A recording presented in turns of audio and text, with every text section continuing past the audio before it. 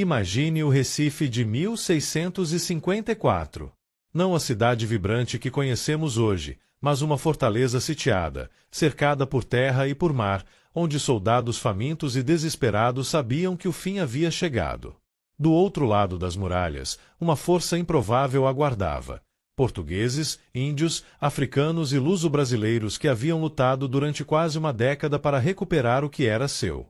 Esta é a história de como o Brasil expulsou os holandeses para sempre, e de como esse conflito forjou, pela primeira vez, algo que nunca havia existido antes: um povo brasileiro.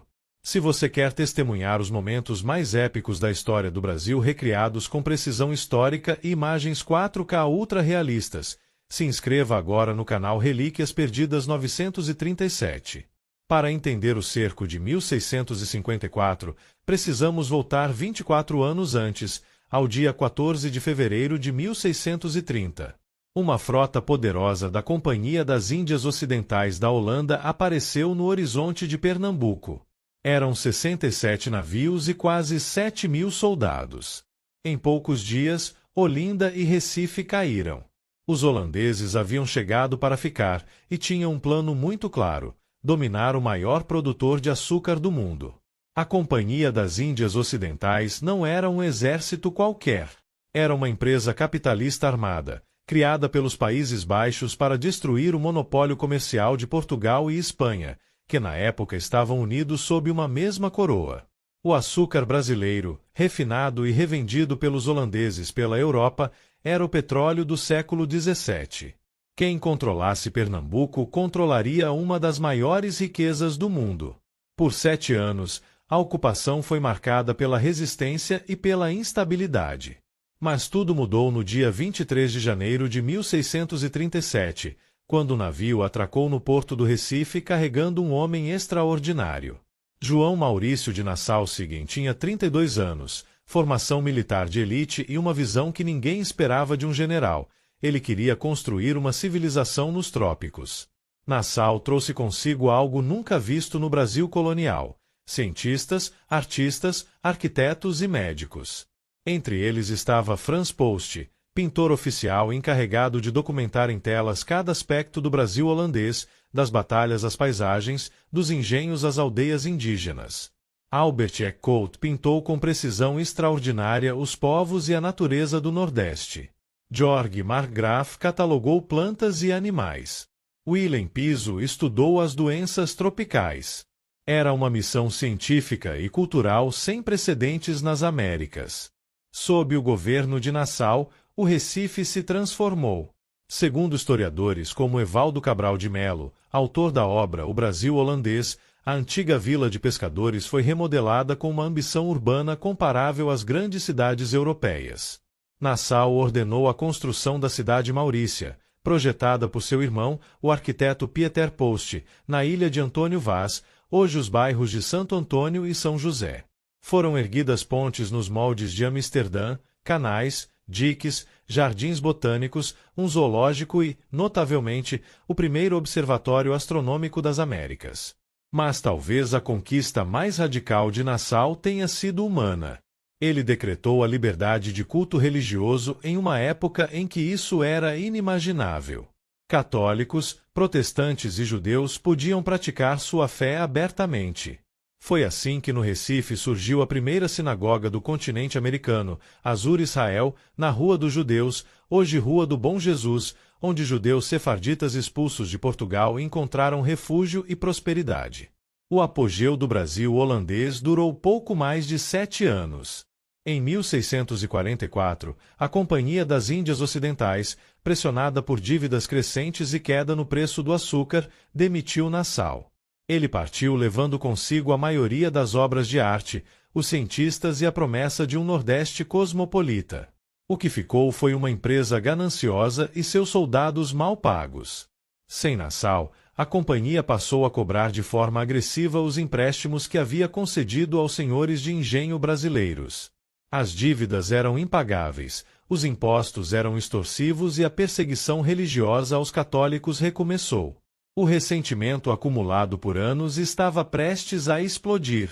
Em 15 de maio de 1645, 18 líderes luso-brasileiros se reuniram secretamente no engenho de São João, em Pernambuco, e assinaram um pacto. Iniciava-se a Insurreição Pernambucana, também chamada de Guerra da Luz Divina. Era o começo de 9 anos de guerra que mudariam o Brasil para sempre. Os líderes dessa revolta formavam um grupo improvável para os padrões da época. João Fernandes Vieira era um latifundiário nascido na Ilha da Madeira, rico em terras mas endividado com os holandeses, que se tornou o principal financiador da insurreição. André Vidal de Negreiros era um militar nascido na Paraíba, filho de colonos, experiente e corajoso. E então havia 2 homens cujos nomes a história preservou como símbolo de algo maior. Henrique Dias era um homem negro, possivelmente nascido no Brasil, que liderava um regimento de africanos escravizados e libertos. Sem título de nobreza, sem terras, sem o prestígio que a sociedade colonial reservava para os brancos, Dias lutou com uma ferocidade e lealdade que o tornaram lendário. O rei de Portugal o nomearia governador dos pretos, pardos e crioulos do Brasil, um título que nunca existira antes. Felipe Camarão era um índio potiguara batizado com o nome Filipe, chefe militar de sua nação, que liderava guerreiros indígenas ao lado dos portugueses. Ele havia recebido o título de Dom do Rei de Portugal e era um dos comandantes militares mais respeitados da insurreição. A coalizão entre Vieira, Vidal de Negreiros, Henrique Dias e Felipe Camarão reunia, pela primeira vez na história, brancos, negros e índios lutando sob uma mesma bandeira. A primeira grande vitória veio em 3 de agosto de 1645, na Batalha do Monte das Tabocas. O comandante holandês Hendrik Als estava tão convicto de que enfrentaria soldados amadores que levou correntes para prender os revoltosos. Foi atraído para uma emboscada e derrotado. A vitória deu ânimo ao movimento e mostrou ao mundo que o domínio holandês era vulnerável. Em 24 de abril de 1646, aconteceu um dos episódios mais extraordinários da história militar brasileira. 600 soldados holandeses marcharam sobre a vila de Tejucupapo, perto de Recife, confiantes de uma vitória fácil. Mas os homens da vila haviam partido para Recife vender sua produção. Quem os recebeu foram as mulheres, armadas com panelas de água fervente, tições em chamas, pimentas e qualquer objeto que pudessem usar como arma. Os holandeses foram rechaçados. A Batalha de Tejucupapo entrou para a história como a batalha vencida pelas mulheres de Pernambuco. Mas as batalhas decisivas viriam em 1648 e 1649, no Morro dos Guararapes, a poucos quilômetros ao sul do Recife. Na manhã de 19 de abril de 1648, 4.500 soldados holandeses subiram o morro para enfrentar 2.400 luso-brasileiros entrincheirados nas posições mais vantajosas. Após 5 horas de combate brutal, os holandeses foram derrotados. O exército brasileiro considera essa batalha seu marco de fundação, o dia em que nasceu o primeiro exército verdadeiramente brasileiro, composto por homens de 3 raças combatendo por uma mesma terra. A Segunda Batalha dos Guararapes, em 19 de fevereiro de 1649, foi ainda mais devastadora para os holandeses.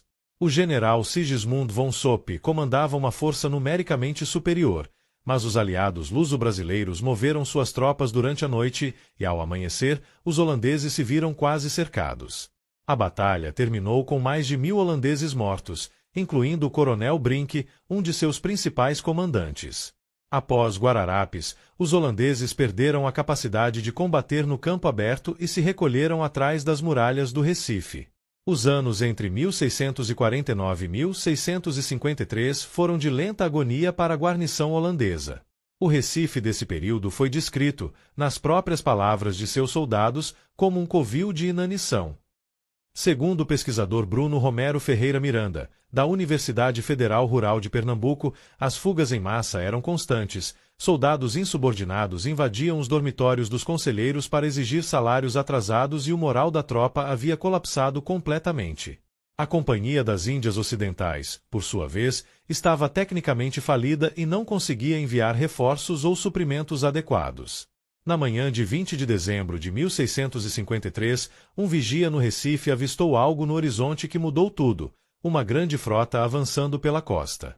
Eram os navios da Companhia Geral de Comércio do Brasil, enviados de Portugal, trazendo reforços, suprimentos e, mais importante, uma mensagem clara: Portugal havia decidido encerrar a questão definitivamente.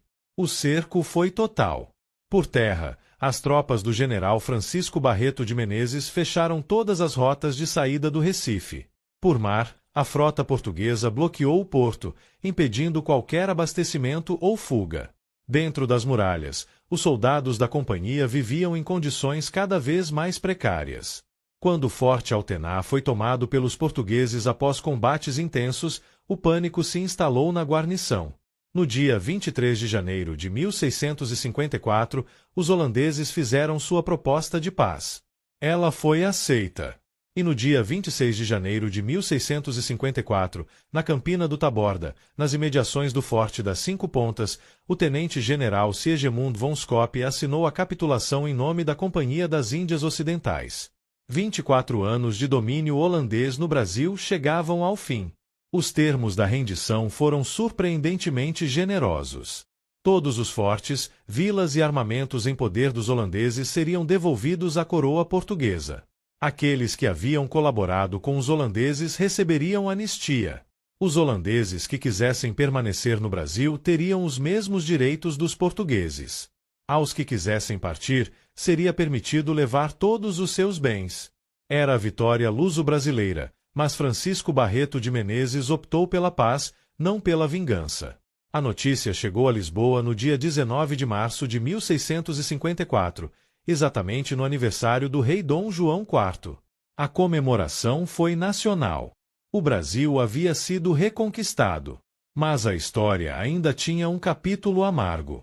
Em maio de 1654, a Holanda, livre da Primeira Guerra Anglo-Holandesa, exigiu a devolução do Brasil ou uma indenização milionária. Sob ameaça de nova invasão, Portugal assinou a Paz de Haia em 6 de agosto de 1661.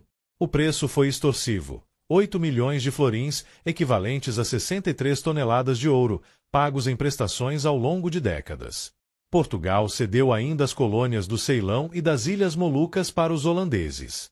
O Brasil havia sido salvo, mas a um custo que empobreceu Portugal por gerações. O legado desse conflito vai muito além da expulsão de um invasor. Historiadores como Laurentino Gomes e Mary Del Priore destacam que a insurreição pernambucana foi o primeiro momento em que brancos, negros e índios lutaram juntos por uma terra que consideravam sua.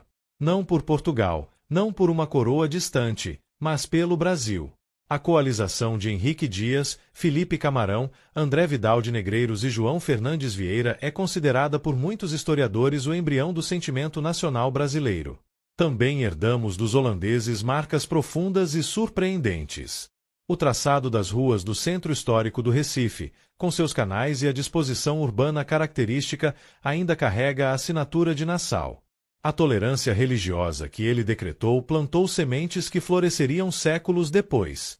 As pinturas de Franz Post e Albert Eckhout são, até hoje, os documentos visuais mais detalhados que temos do Brasil do século XVII.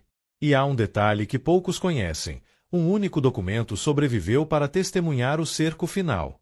Em 2023, o Instituto Flávia Abubakir adquiriu um desenho de 1654, confirmado pelos historiadores Bruno Ferreira Miranda e Pablo Iglesias Magalhães como o único registro visual contemporâneo ao cerco. O desenho, intitulado Demonstração da cidade de Santo Antônio de Pernambuco e Vila do Arrecife no Brasil, mostra a frota portuguesa de 16 navios avançando contra as fortalezas holandesas enquanto as trincheiras e acampamentos portugueses fecham o cerco por terra. É como uma história em quadrinhos da maior batalha da história colonial brasileira. Hoje, quando você caminha pelo centro histórico do Recife Antigo, está pisando sobre as mesmas ruas onde soldados famintos aguardavam o fim de um império. O Forte das Cinco Pontas ainda está de pé, e é possível tocar nos mesmos tijolos que testemunharam a assinatura da capitulação de 1654. A primeira sinagoga das Américas foi restaurada e pode ser visitada na Rua do Bom Jesus. O legado de Nassau, de Henrique Dias, de Felipe Camarão e de todos que lutaram nessas batalhas não desapareceu, foi incorporado ao DNA da cidade e do país. O Brasil holandês durou 24 anos. A luta para expulsá-lo durou 9. E o resultado forjou algo que jamais existira antes: A consciência de que aquela terra, aquelas florestas, aqueles rios e aquelas pessoas pertenciam a um único povo. Um povo que ainda estava aprendendo a se chamar brasileiro. Se você quer continuar testemunhando os momentos mais fascinantes da história do Brasil recriados com precisão histórica e imagens ultra-realistas, se inscreva no canal Relíquias Perdidas 937 e ative o sininho. A história brasileira é mais extraordinária do que qualquer ficção e ela ainda está esperando para ser contada.